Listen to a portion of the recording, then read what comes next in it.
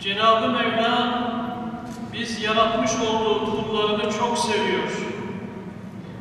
Nereden anladık bunu?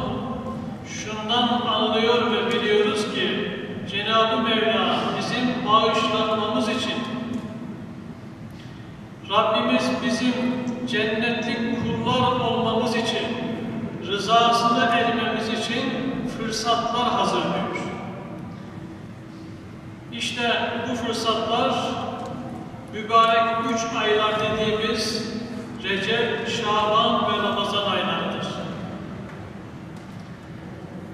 Cenab-ı Mevla Kur'an-ı Kerim'de şöyle buyurmaktadır. İnne iddeteşşuhûri indallâhi 12 şehran fî kitâbillâhi yevme halaqas-semâvâti vel ard minhâ hurum minhâ erba'atu hurum.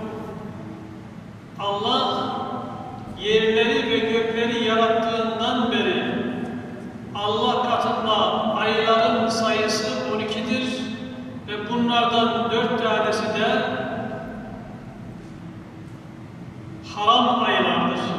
Erba'atun minhâ hurum. Onlardan, bu 12 aydan 4 tanesi de Zilkade, Zilhicce, Muharrem ve Recep ayları. Zilkade, Zilhicce, Muharrem bunlar peşi peşine gelmekte.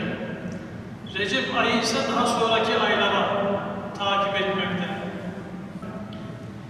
Recep ayı bu aylardan daha sonraki bir zaman diliminde geldiği için Recep'ül Fert derler. Tek başına geldiği için. Aynı zamanda Recep'ül Esab derlerdi. Recep'ül Esab demek yani şu mübarek Ramazan, şu mübarek Recep ayını hakkıyla ihya eden kulların amel defterlerine yağmurun yağması gibi sağanak sağanak sevaplar yazılır. Bu Recep ayında yapılan ibadetlere Cenab-ı Mevla kat kat sevap verir. Bundan dolayı Recep'ül Esab demişlerdir. Tabi bunlardan bizim alacağımız ders şudur muhterem kardeşlerim. Şu mübarek ayını fırsat bilip en güzel şekilde ihya etmemiz lazım. İbadet ve taatle geçirmemiz lazım. Kararan gönüllerimizi bu günlerin ve gecelerin şuuruyla, nuruyla nurlandırmamız icap eder. Evet değerli kardeşlerim, bu geceler bizim için fırsat geceleridir. Nasıl ki Cenab-ı Mevla gökyüzünü yıldızlarla donatmış.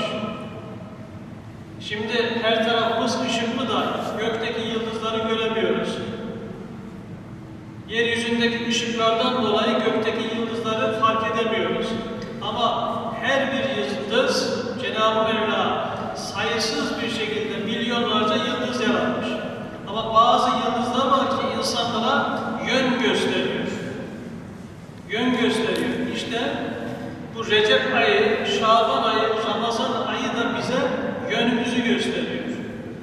Allah'a kulluğumuzu hatırlatıyor. Nasıl kullar olmamız gerektiğini bizlere anlatmış oluyor.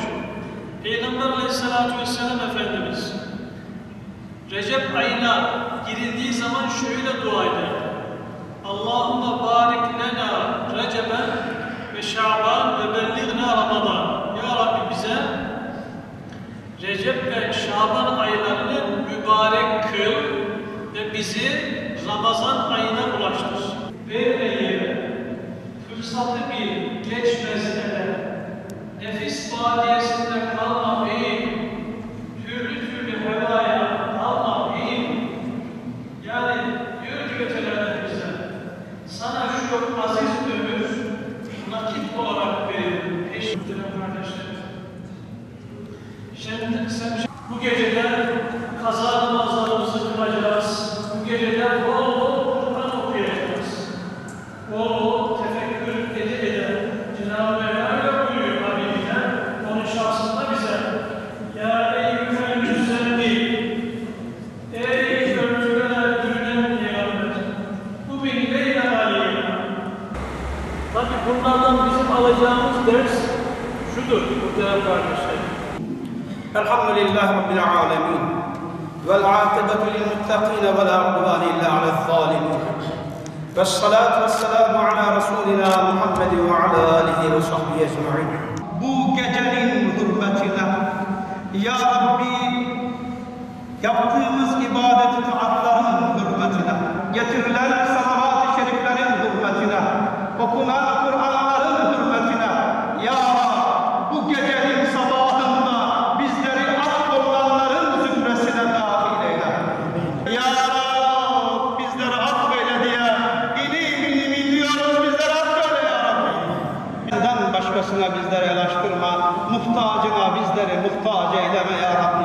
Kendilerini haberdar eyle Ya Rabbi. Hürmetil Fatiha. Allah kabul eylesin inşallah.